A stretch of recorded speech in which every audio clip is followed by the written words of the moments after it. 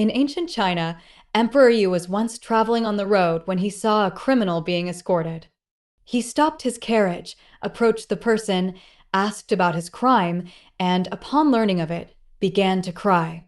Rather than blaming the criminal alone, Yu reflected on his own role as a ruler, believing that if someone under his rule committed a crime, it indicated his own failure in leadership or moral guidance.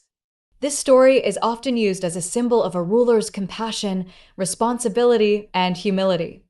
A leader who governs with deep empathy and self-reflection. The Shepherd King.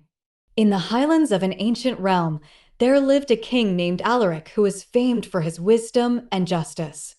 His palace was not built of marble but of stone and timber, nestled among the hills, so he could always see the smoke rising from the cottages of his people. Alaric believed that a ruler should be as close to the people as the wind is to the grass. One day, news reached him that a young man had been caught stealing grain from the royal storehouses. The court demanded punishment, and his ministers advised swift justice. But Alaric did not send a guard or command from afar. He mounted his horse and rode down to the village himself. There, in the cold stone cell, he found the thief, a boy of barely 17, with hollow cheeks and trembling hands. The guards reported he had stolen a single sack of grain. To sell? The king asked. To eat, the boy whispered. For my sister and my mother. The fields were dry this year, and we had no harvest. Alaric said nothing. He dismissed the guards and sat with the boy. For a long time, he listened. Not only to the words, but to the silence between them, the shame in the boy's posture, the hunger behind his eyes. Then Alaric stood, walked out into the square, and summoned the village elders.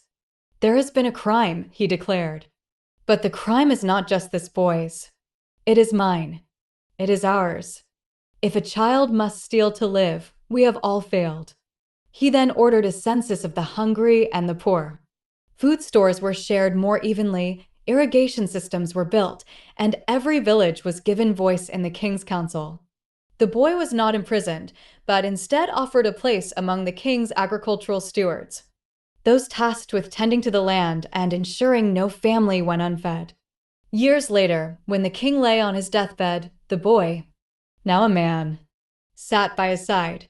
You taught me mercy, he said, not by word, but by example. Alaric smiled faintly. Mercy is not a gift, he murmured. It is a mirror.